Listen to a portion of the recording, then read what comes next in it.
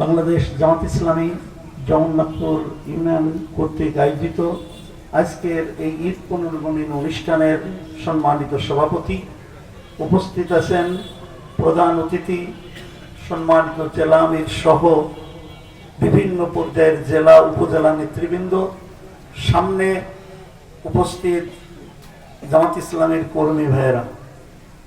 কথা আমরা জেলা আমির মহোদয়ের কাছে শুনব। এজন্য আমি এতটুকু বলতে চাই যে অনেক উলামায়ে কেরাম এখানে আছেন। এখন থেকে কুরবানি বোঝাতে যে আমি খালি আপনাদের কাছে দাবি করব, কুরবানি না মানে পশু কুরবানি নয়।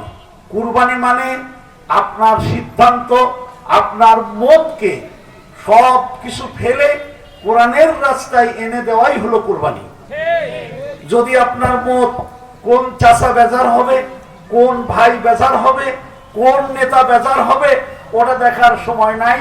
আল্লাহ রাব্বুল আলামিন যেটা বলেছেন এই নীতির কাছেই আপনাকে ফিরে আসতে হবে।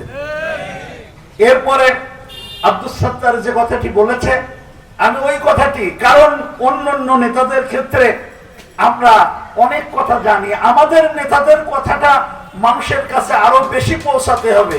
বিশেষ করে আমাদের অঞ্চলের আপনারা পরিচিতি দিতে পারবেন।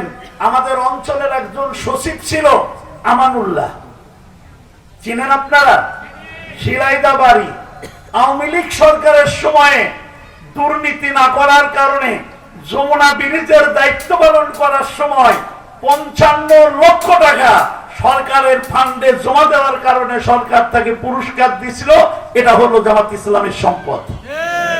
এজন্য দূরে দেওয়া লাগবে না, আমাদের আশেপাশে আছে। আমরা সামনে নির্বাচনে জামাত ইসলামী বাংলাদেশ যেভাবে আমাদের সামনে, যাকে আমাদের সামনে দেবে তাকে সামনে নিয়েই আমরা ইসলামী রাষ্ট্র গঠন করতে চাই। আল্লাহ সুবহানাহু ওয়া তাআলা আমাদের সকলকে কবুল করুন, আমিন।